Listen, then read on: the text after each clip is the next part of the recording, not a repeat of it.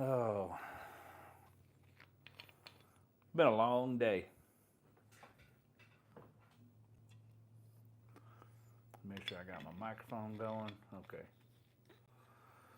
we're good to go.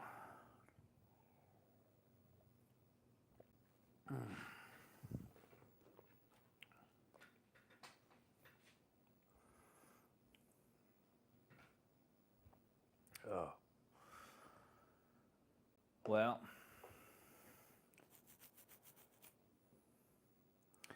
I want to. Hang on a minute.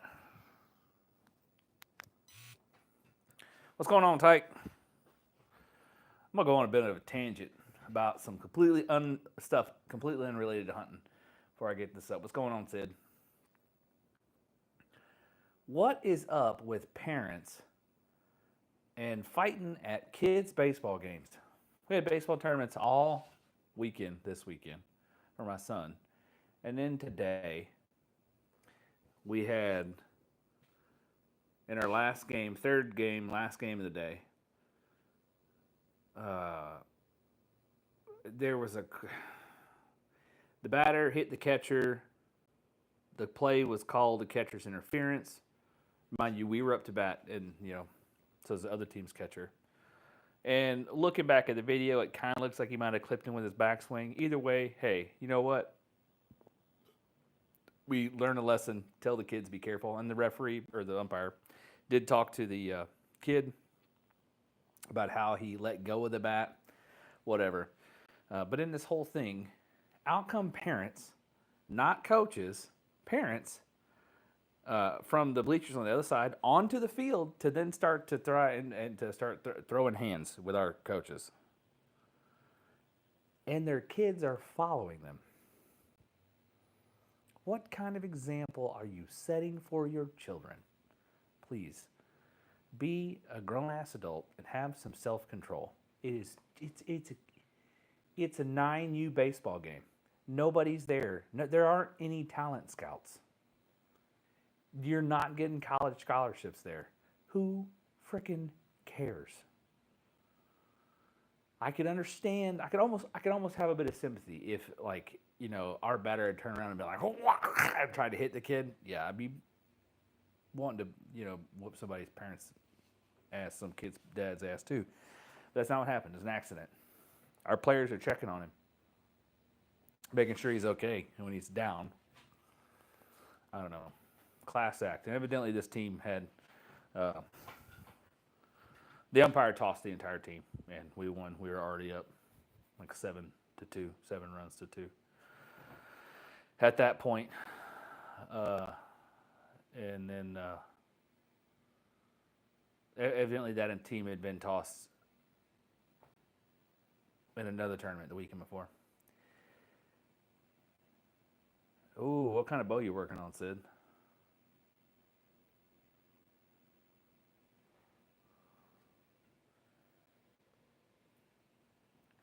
But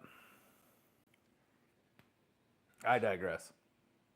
Do better as adults and parents. We have to do better.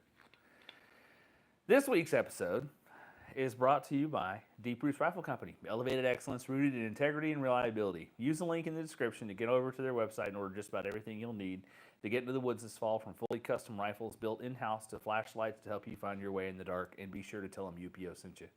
Sid, Curtis, there you go. Go over there to their website. Order yourself a new rangefinder. You deserve it. A compound bow. I like Elite. I've shot some Elites before. They're good shooting bows.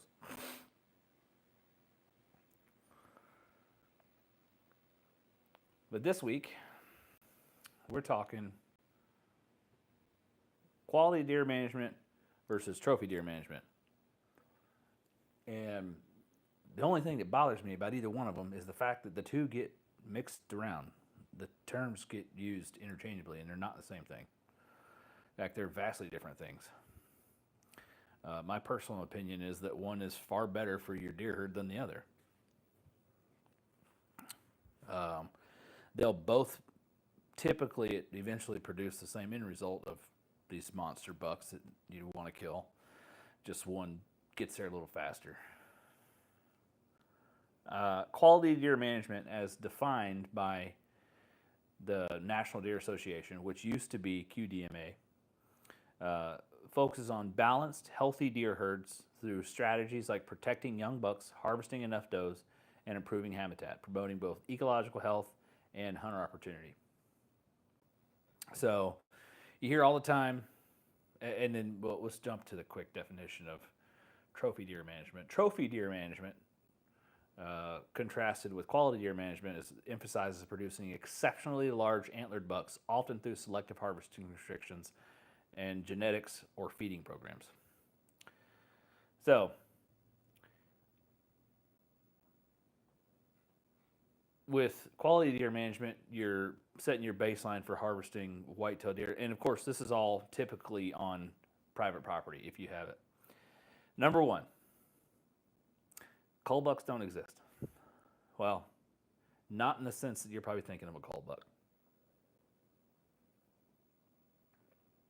If you're saying you're going to shoot this buck to remove the genetics, the bad genetics, unless you're hunting a very, very, very strictly managed high fence, you're not going to be able to shoot genetics out. In reality, the genetics are, I think studies are showing now, they're more heavily dependent on the doe than they are the buck. And it definitely depends on how healthy the doe was while the buck fawn was in utero. So that goes back again to the whole quality deer management thing. We'll get there. But you're not going to shoot bad genetics out, especially out of a wild population. However, cull deer, being buck, would typically be have your average buck to be that old. You're wanting them to get at least that old before you're harvesting them, 2.5 years or more. So if you're seeing a buck that you've been watching for 3 or 4 years and he's constantly throwing big spike, never grows out of a spike, or grows a spike on one side every year, the other side is, whatever. Because I don't believe in the once a spike, always a spike crap either. Although some bucks stay that way. But it likely has more to do with nutrition than genetics. We've covered that a lot too in the main show. But you shoot that buck not so much to get rid of the genetics, but to remove an additional consumer of nutrients, whether it be your protein or your food plots. He's consuming the same amount as any other buck, and he's not producing the same amount of antler or quality of deer you're looking to gain from that. So you definitely want to, at that point, just however you're going to do that.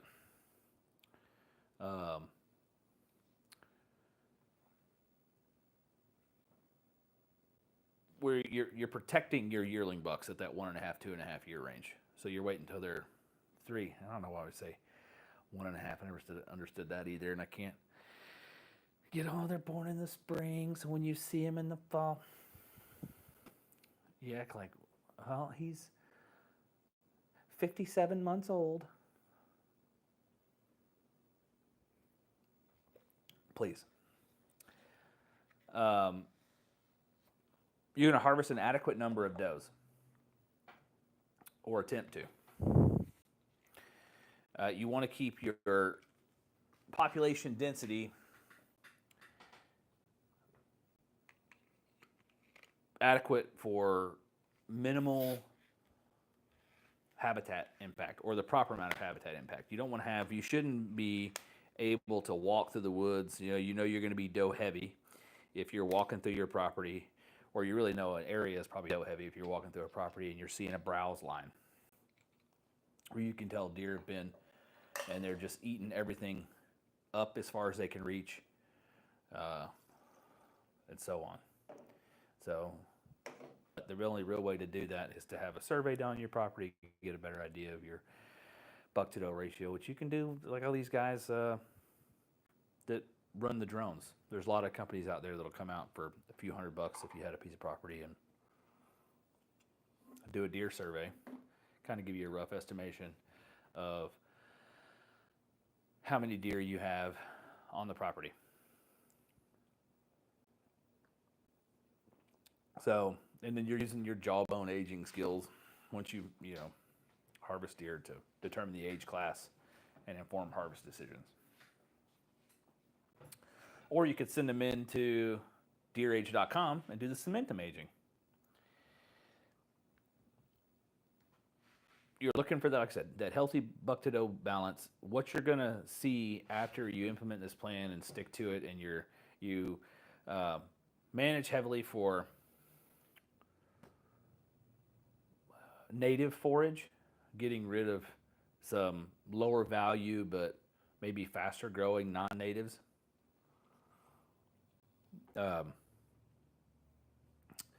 And whether that's, generally speaking, unless you're owning land, it's probably going to be hack and squirt, where you're going to go and cut, spray with herbicide, get rid of it, cut it all back. You're going to see, like, kudzu is a big one that's pretty low in protein. Deer will hide in it. Actually, I wonder what the protein content of kudzu is. That's curiosity. Still want to get rid of it because it's going to kill everything underneath it. And good luck hunting in it because, good Lord, it's thick until you get all the way underneath of it. And, but the deer will be in there. They'll eat it. They're goats just like anything else. But cut it back. It'll die out in the wintertime. And then, spray the roots when you can find them. When you have that healthier herd, you're getting an improved fawn survival, and overall herd vigor is just better. Your higher portion of older bucks at 3.5 years or greater, which is good. And then you're going to have a greater opportunities for a broader spectrum of hunters, not just someone who's there as a trophy seeker, which is what I would prefer to have, me personally, on my property. I love seeing big deer. I love shooting big bucks, but I just don't. I don't know that I have it in me to spend the time and effort and to try to trophy manage a high fence place, man. I just feel like that would become such a chore, and I don't know that it's worth it. I do appreciate seeing good numbers of healthy deer when I'm hunting on a piece of private property. There's just kind of less of a zoo feeling and more of a farm feeling, if that makes sense. I don't know how to explain that. There's a different kind of work that goes into hunting and being successful on private land than on public land. Less trying to find a spot away from everybody and more just trying to improve habitat, which is cool. You learn a lot of different stuff there. It's a totally different skill set. Although I would say it's easier to go from public land to hunting on private land, because you can hunt a piece of private like you hunt public, but you can't necessarily do the same the other way around. You don't have, if you do have food plots on public land, they're going to be just filled up with every yahoo in the book. But I would encourage it, just the quality deer management, because I like sitting out there watching 4 or 5 does with their yearlings, young of the year, seeing a good buck come around every now and again, be able to watch some nice younger bucks come in and out. And then, you got the 1 or 2 you want to harvest every year. And I think it's easier to get your neighbors on board when you're talking quality deer management versus trophy deer management, because not everybody wants to sit there and wait for a 5.5, 6.5, 7.5-year-old buck. For some people, that 3.5, 4.5-year-old, the biggest buck they've ever seen, that is a trophy. So we can celebrate that. Some that 1.5, 2.5 is a trophy. We can celebrate that too. The scope is intended for public and private lands, particularly effective for smaller to mid-sized properties with community-based cooperation. So it's easier to get your neighbors on board with that. Like I said before, trophy deer management emphasizes production of exceptionally large antlered bucks, often through selective harvest restrictions, genetics, or feeding programs. You're delaying buck harvest until 5.5+ years old to maximize antler development. You're culling younger bucks or those with inferior antlers, even if they're healthy, because like we talked about earlier, with what is a cull buck, that buck that's not showing the signs of what you're wanting and the full potential of a deer at maybe 2.5 or 3.5, you're going to pull it from being able to consume nutrients off the landscape. Not necessarily removing the genetics. At that point, it's probably too late anyway. You under harvest does, which can lead to overpopulation and stress on habitat, and this is why you see that heavy, intensive food plotting and supplemental feeding and genetic selection. The drawbacks relative to QDM, it can disrupt the natural herd age structure and rut dynamics. With QDM, you're going to see that better chasing, like we think of when we think of the rut. Bucks going crazy, chasing does everywhere. It's fun to watch. It may limit hunting opportunities because very few bucks on the property are going to meet the restrictions you're wanting them to. And often requires significant resources. Land, area, funding. It's expensive. I mean, I don't know if you guys priced out a bag of protein, but good God. And you're talking about feeding these deer where you're wanting to kind of strictly keep them on that protein diet. And then we sat here and talked with guys who run some trophy deer management places, trophy managed for deer, and they're talking to going as far as, and I don't think this is a bad thing either to do for deer, even in quality deer management, depending on the area you're in. They're running at a certain point in the year, they're hitting these feed sites and they're hitting them with dewormer. I don't think that's a bad thing. If you're clearing out, parasites in the right time of year, deer are getting more nutrients. The does are getting more nutrients for fawns. The bucks are getting more nutrients for antler growth. I think it's great to make them overall healthy. I would even go as far as to say in some places down here in Florida, deer could benefit from you going in and killing off mosquitoes and ticks and trying to do stuff like that. But mosquitoes are going to be tougher. Ticks can be killed if you had the ability to go out and burn. Burning is fantastic for deer and everything else. And a lot of times too with quality deer management, managing for that better overall ecosystem, healthier natural ecosystem, you're going to see your smaller prey flourish. So your mesopredators are going to have stuff to eat. Your possums, raccoons, foxes, you're going to have rabbits, and you may see quail come back and smaller, ground animals, which are going to be easier to catch and put up less of a fight than a deer fawn.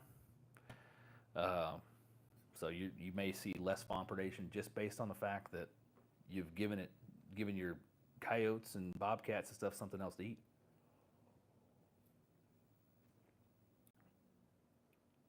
I really do enjoy going out and planting food plots and being able to hunt over a food plot. And I wish I could find it.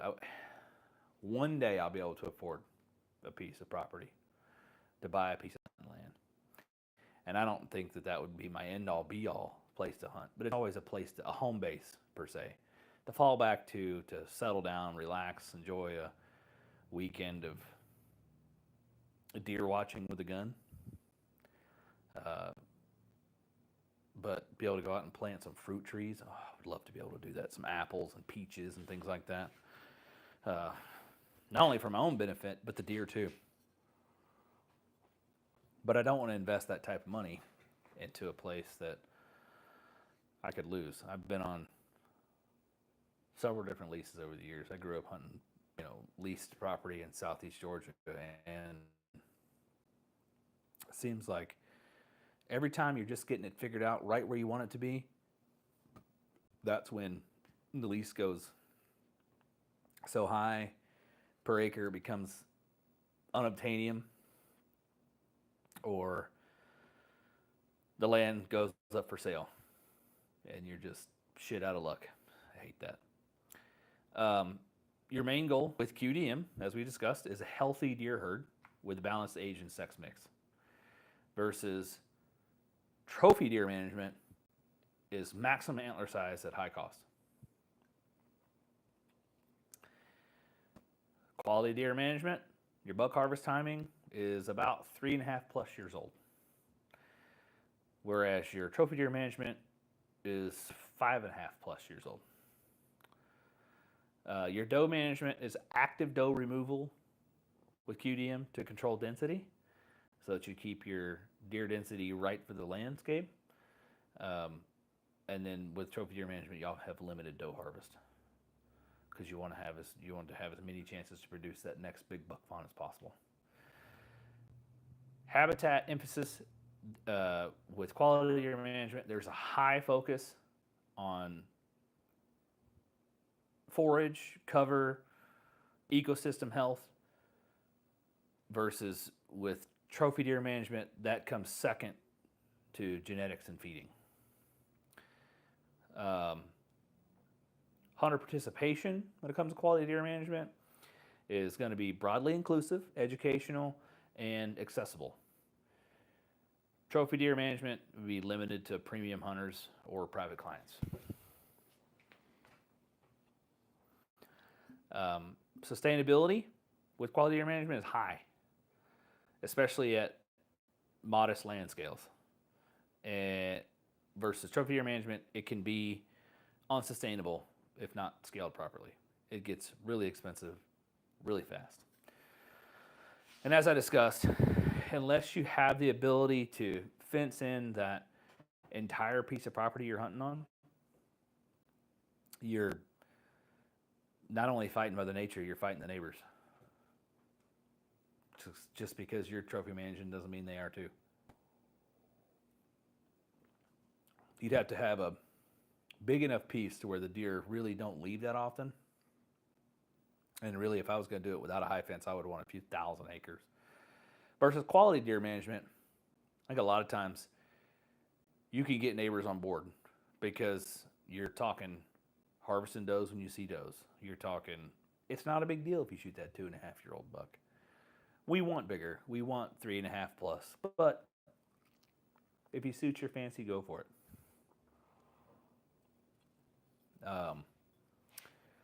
Just the better participation overall gets more people involved in it. And it's not so cost intensive. You can really do all that quality deer management without ever planting a food plot, without ever putting out a single bit of protein. You simply look at your natural food sources, break down their protein content, and manage for those. And you manage what you really want you're doing, what you're really wanting to do is manage in getting rid of the invasives and non-natives so that it makes more room for your native plants with high protein content to take over. A lot of times those invasives and non-natives are going to take over where those high protein native plants are. And you can get rid of those, you can get them out. Easiest to do it with fire if you own the property and you have the proper permitting. Please understand that you need to know what you're doing before you can't just go and light the woods on fire. You need to have the proper training, the proper permitting. Get with your Division of Forestry. A lot of times they can have crews and come out and do it on your property. You may even be able to get with the local college with their program and get some students out there to do that for cheaper. But that low intensity, and when I say you're burning property, you're not just lighting the woods on fire and watching the trees burn. This is a low intensity, low heat, ground burning fire that's going to go through and clean out underbrush. And that's going to make room for new growth, and those new shoots are going to be the most full of nutrients and everything else because they're coming fresh out of the soil versus old stuff, older growth. You can get rid of a lot of your invasives that way. Once you do, you can go back and take note of where they were. Make sure you go back after a fire, treat those areas, control them from coming back up, give your natives room to grow and to flourish in that area, and you have a beautiful piece. If not, you go back to the proper herbicide. If you've got trees you don't want, you can girdle and squirt trees to kill them over. You can hack and squirt some bushes and some shrubs. You just spray right away and they'll die off. QDM is a long-term balance, protecting bucks early in life responsibly managing does, and maintaining habitat to achieve a healthy age structure, an overall healthy deer herd. Trophy deer management is the pursuit of big antlered bucks, often at the expense of herd balance and inclusivity. You want to kill big deer. You want to be, you're doing it for the gram. If your focus is building a sustainable program that benefits the ecosystem and your hunting group, QDM, as defined by the National Deer Association, provides a pragmatic quality deer management, provides a pragmatic and science-backed path. So I'm a bit biased. I definitely lean heavily towards quality deer management. And I think I hear that, well, we're just practicing quality deer management. I think I hear practicing quality deer management when you're actually trophy managing a lot higher than I hear we're trophy managing when you're quality deer managing. So, it is what it is. Practice quality deer management on your piece.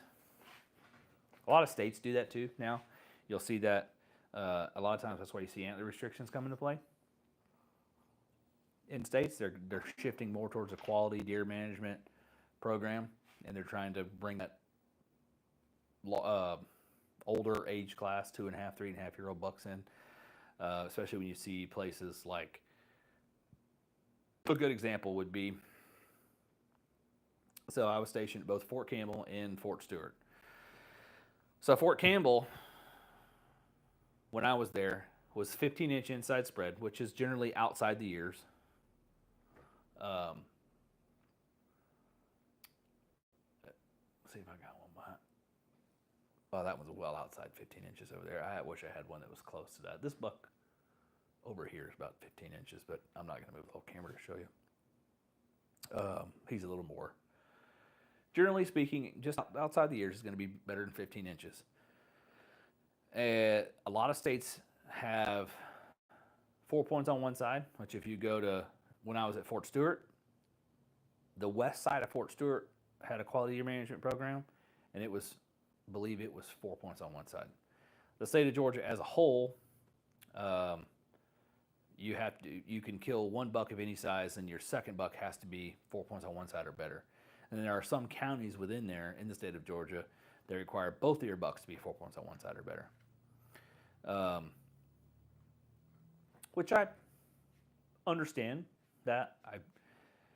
On the same hand, it's a bit frustrating. I've seen bucks in those counties where it's 4 points on one side or better that didn't have 4 points on one side, but were clearly on the decline. You missed it. Well,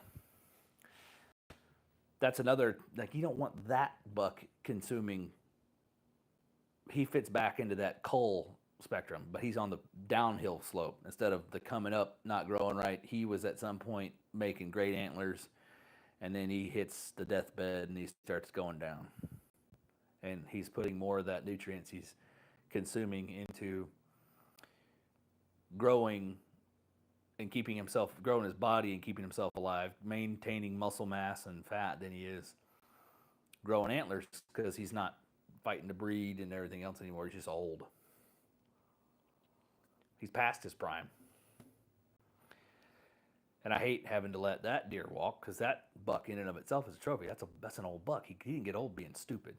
So it's kind of, here or there. It meets the, that's kind of like what did it say, the spirit of the law versus the letter of the law. Letter of the law says 4 points on one side, but the spirit of the law is to get you to harvest a higher age class of buck. So if you go and shoot this buck that's 8.5, 9 years old, that has a decline in antler growth because he's so old, you meet the spirit of the law, which is holding the higher class of, you're killing that older age class buck, but you're not meeting the letter of the law because he's only 5 points. 3 on one side, 2 on the other. So, I don't know, I guess don't let him get too old there either.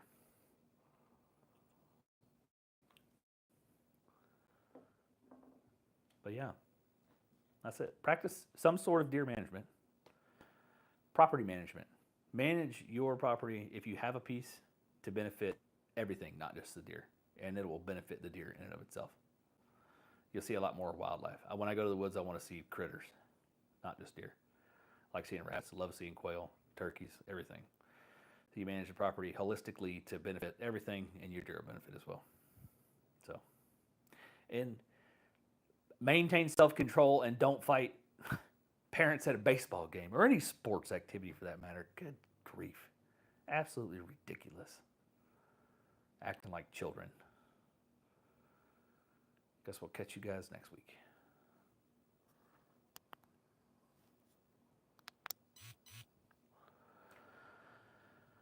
Oh, yeah. Idiots, I tell you. Adios, amigos.